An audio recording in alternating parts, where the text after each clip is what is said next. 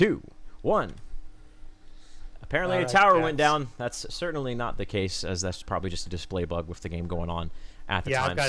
I've got a couple display bugs as well with towers down and whatnot. That's okay. It happens. At least we see the mini-map. Who is this? Who is this stranger? This newcomer to the field? It's a very strong woman who has obviously possesses some sort of electrical, mechanical, multidisciplinary engineer. Is that who is this on the field right here being played by Louis? We've got I would tell you, but my game just turned off. That's okay. That happens. Ladies and gentlemen, this is Gadget. For those of you who may be new to the game, Gadget is a sort of, I would say, has a very specialized role. She's good at pushing. She has a big speed boost. She saw some changes in the most recent patch. The big ones, Decker and Gadget got the most love. Talking about the buffs, her abilities basically across the board do more damage or are more effective. She got a slight nerf to her speed boost ability, but it's still incredibly powerful when it's utilized in appropriate ways. So excited to see what sort of things we're going to see out of this Gadget, specifically in the mid portions of the game here, because we obviously Decker's containment field now lasts. The length progresses over the course of time. It goes from 5, 6, 7 seconds at level 5, 10, and 15 respectively. And the big thing about Gadget's ultimate is that it actually does the most single damage of any ability in the game if you can keep someone inside of it. So obviously there's a lot of synergy between Decker received buffs, Gadget received buffs. We see both of them on the field. Really excited to see how these two heroes are utilized individually in the early game, but more specifically, once the lane phase starts to break down a little bit, look at the mid game for big containment fields, big Gadget ultimates, and a lot of AoE damage going down here. Hey Gooch, what are you at? What time are you at? I am at 2 minutes and 13 seconds. Well, tell me when you're at 2:25. 16. I will tell you here. Apparently this Rampage has no name. That's a Rampage Master Skin. We're at 21, 22, 23, 24, and 25. Perfect. Beautiful. Taking a look at the itemization, we see Darth Blood going straight into a micro nuke, not going with any health potions, so going just straight into stats. This is something, if I was the opponent team, I would look at this, try to find that Murdoch in lane, and try to at least put 2 people in his lane and try to bully him out. Is exactly what I would do. When we actually see once again Team So Mean going in here, invading the jungle, getting 2 easy kills. They didn't get the camp, but they're still going to be okay with that exchange, my man. They a good exchange. They're actually going to catch out Grim as well in travel mode. So once again, this is already looking like game number 1 here, Notch. Yeah, I mean, very Team So Mean is just bullying this jungle. I love the invade. I love that they're so decisive on their calls here. We did see Muriel actually get nerfed on Tuesday when Grim was released.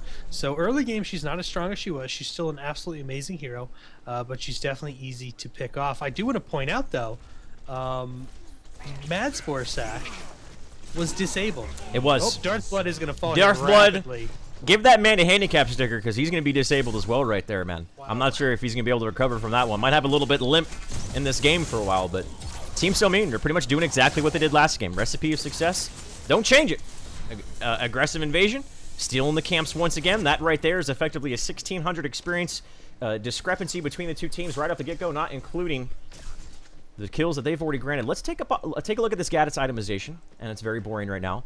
Just pretty much standard stuff. We'll take a look again. But yeah, one thing I want to talk about, man. I would punish this Murdoch. Not going health potions as a ranger is something that teams, I feel like, don't exploit enough. When you don't have that health potion, you have no sustain in lane. So if I was Team So Mean, I would really like to see them find that Murdoch in lane and at least stick 2 people in that lane that are ranged and bully him out as much as possible and really punish the fact that he didn't go with those health potions. It's a very greedy build to not go any health potions early on with a ranger like that. And definitely there's an opportunity for them to continue just to build this lead, which they've already granted them far. I mean, we're not even 5 minutes into the game. It's already 4-0, and already, I mean, card level 4 to card level 1 and 2. Yeah, I mean, we've again, very aggressive Team So Mean. These levels on these teams, I mean, we're 2 and 3 levels in. We're not too far in with the levels, but the card experience, so early on, they're just easily able to take these team fights in the jungle. I want to see rotations here. I like that we've got the lane game going on from Exalted ones, but they've got to pick somebody off coming through the jungle. If they had vision, they could see Decker rotating over, possibly get a Decker kill who is behind the Sparrow and the Muriel. I mean, that could be a kill. There we go. This is something that they didn't get going before. But Decker versus 2, not sure. She needs a little bit of follow-up. Maze needs follow-up. That follow-up, according to the minimap, is nowhere here, and I actually think Decker's going to get punished for this. There's the follow-up. It's a little bit late, though. Game Lord, the rock is going to actually miss. That was very, very close right there. So J-Dub, he's not going to be able to land the people's elbow. Game Lord barely getting away by the skin of his teeth. And judging by the... we're in a little bit of a rush to get into this game, guys, but judging by the fact that there's no Grim and there's no Steel, I'd imagine that... Or there's... Or rather, Grim, what am I talking about? The bans more than likely, I imagine, were Steel and who else here? Maybe Twin Blast? We don't see a Twin Blast. We don't see a Twin Blast. I mean, it could be Iggy. I'm not even sure at this point. We'll make sure we get that knowledge for you guys going into the prior games. We were just a little bit rushed here. We're resolving some issues on the back line here. We wanted to get this game to you as soon as we possible, because that's what this is all about, man. That's absolutely what this is all about. So, talking about the drafts here, Notch, I mean, we talked about last time, Team So Mean, they definitely, in the early parts of the game, just specifically, and we're talking in a vacuum here, they had the I would say, less potent early game draft, but it didn't matter. They simply outplayed Exalted ones and are able to just out-rotate them, be a bigger presence on the map, and get themselves an early game lead with, for all intents and purposes, a draft where they should have not been able to get that lead. But talking about the drafts in game number 2, I mean, do you see any team particularly having a favor in the mid to late game? I mean, if we're talking mid to late game, I feel like the draft by Exalted ones with Grim, Sparrow, and Murdoch definitely sets them up for mid to late game. We are only 6 minutes in. Yes, Team So Mean has the advantage here, but if we can get a couple rotations from Exalted ones, they can get a couple kills. Like for example, Heck the Lion alone here mid. Well, also Jedi's just Darth. falling off. Darth, man, he's got to be careful. He's only level 3. He's going to be okay. I thought there was a little bit more, but yeah, that rotating the middle lane of Reflect is going to be able to get as well. So these right now, I have to say that game number 2 is looking much more even. There still is an advantage for Team So Mean right now, but definitely doing a little bit better. They're not giving up needless kills like we saw in game number 1. Right. And that's what they need to continue to do. They need to continue to farm these lanes out. They need to make sure they're rotating when their camps are up. Start getting that experience from camps and also harvesters. We do see harvesters down, but if you look in Exalted One's jungle here, we have a harvester for Team So Mean that is almost full. So they are down a harvester. Yep. Team So Mean has harvesters both left and right, and in about 9 minutes we'll see the boss harvester spawn here. So I mean, Team So Mean, they've got the jungles taken care of. They're doing a lot of really good rotating, and they're pushing down the right lane over here. Darth Blood is trying to defend against Heck the Lion and J-Dub, and he's just not going to be able to. Looks like he's not going to actually be able to defend this tower. Heck the Lion and J-Dub are running through the tower. They're trying to get this kill on Darth Blood. Darth Blood is very, very low. There's an ultimate from Heck the Lion.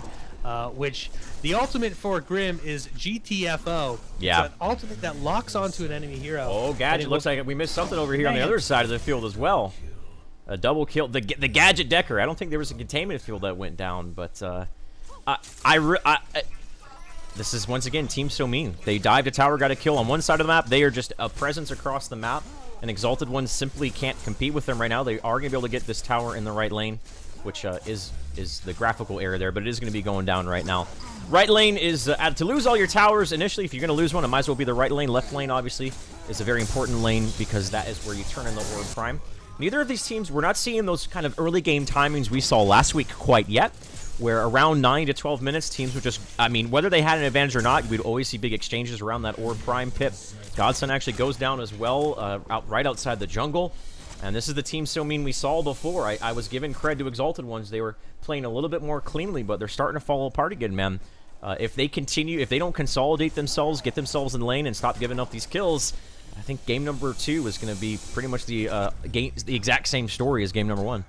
Yeah, I mean, it's the rotations. There just needs to be more of a rotation is what we need to see here. And again, those deaths, those early deaths. We're 10 minutes in and we're down 8 deaths. That is a lot of deaths to give up for nothing. They didn't take a tower. They weren't able to get anything out of it. They're just dying needlessly at this point. We do see J-Dub take quite a bit of damage here. Jedi was able to get his ultimate off, but it's Rampage. He'll run into the jungle. They're going to try and pick out Game Lord. Oh, Muriel, just use your ult. Game Lord might just have to be forced to use her ult. Either that or take a death. I think at this stage of the game, just don't use your ult. I don't want to see her use her ult. Just die. Nope, she actually is going to use her ult, so potentially a turnaround here. But the Rampage is not here. Big 3-man containment right onto 3. That was absolutely beautifully done. That's what we want to see here, and I think this is just cleanup coming out from Team So Mean. All the meanwhile, we do see Gadget in the other side of the Gadget, and Sparrow were able to take out. So kills once again all over the map. We can't even keep up. Man, all of a sudden, 4 people down in just a short moment notice. 4 Exalted ones. Mid lane under siege. Left lane under siege. What I would like to see after this, get these get these 2 tier 1 towers in mid and left. Fall back to the Orb Prime. Turn it in. And then either look for another advantageous team fight. Make an aggressive invasion of the jungle because the blue camp for Exalted ones is up right now. That would be a great objective for them if they want to go aggressive. If they don't want to go aggressive, they can just simply continue to push in these lanes, build an advantage, and hook on to that late game that they're looking for. Yeah, I mean, they've got to start doing something, though. We're at the point, if they lose any more of these team fights, the card advantage for Team So Mean is just going to become too much. It's going to be too much of an uphill battle for these guys to really come back. Even with Harvesters, even with camps, it's going to be a struggle for these guys at this point. I'm assuming we're probably going to see a Purple Gummy Bear boss here in just a minute. Potentially, man. We're quite a lead for Team So Mean. I mean, at this point, with the left lane tower being down, take this boss, turn it in, and try and get down some inhibitors. So, yeah, Game Lord, I think right there, the best call that you can make in that situation, which these decisions are very difficult to make, and one of the big separations between a strong competitive team and a team who's on the rise, is their ability to make those quick decisions without even thinking about it. Just having those, looking at the set of variables immediately within a split second, and knowing exactly what the most optimal play is. And I think right there the most optimal play is just let Game Lord die, only give up 1 kill. At this stage of the game, the respawn timers are so low that if Team So Mean were to get a little bit too aggressive, Muriel would have been up at in a good time. She immediately could have used her ult. They could have reinitiated and punished the overextension of Team So Mean.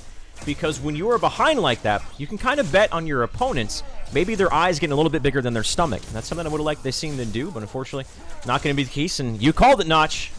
The Orb Prime going to be going down here with that left tier 1 tower already being cleared up. And a Rampage on the field. This should be nothing but net here for Team So Mean. 3 points coming up here on the board.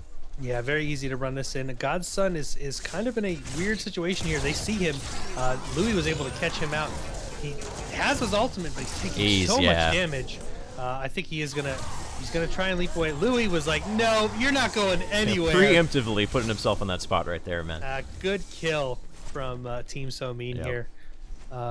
These guys are gonna have to defend this. They cannot let this get turned in. If this gets turned in, this will be GG. They already have a huge card advantage. Activating this Orb Prime will give them a massive advantage when it comes to damage. But it's Rampage. What does Rampage do, ladies and gentlemen? He's going to roar and leap. Dunks it. He's going to roar and leap, and possibly he doesn't even have to ultimate at this point. He's just going to walk this in. He's going to get the assist from Jedi. Boosted him, and they're going to get this turned in pretty simply here. And this is such a I don't see the comeback from this. I feel like this is path be GG at this point. The path to victory for Exalted ones is pretty much right now just a little bit of a it's an uphill gravel road, Mount Himalaya. Not sure if they're gonna be able to do it. They need a lot of help from their opponent, a lot of mistakes to be made, and right now the mistakes being made are on their side of the field. God's Son, he doesn't even have a name because he just got that display bug. Muriel is gonna go down, knock him up. Don't forget, Muriel received a large nerf. Her ultimate no longer does that AoE shield, the reversal of fortune. Devastating Blast goes down on the creep wave. Doesn't even matter. Game Lord's going to die underneath her own inhibitor. And again, when you start seeing people dying underneath inhibitors and Rampages diving inhibitors and taking people out, that's just, that is a true statement of the game. GTFO on Darthblood. He is going to get out indeed. And mid inhibitor going down. 2 down on the side of Exalted ones. More than likely game number 2. They have the Orb Prime activated. J-Dub is still tanky enough to the point where you can just go in on the core, focus down the core, and get yourself into that round of 8. Yeah, this is a very decisive win from Team So Mean. Congratulations to both teams here. GG, Team So Mean. I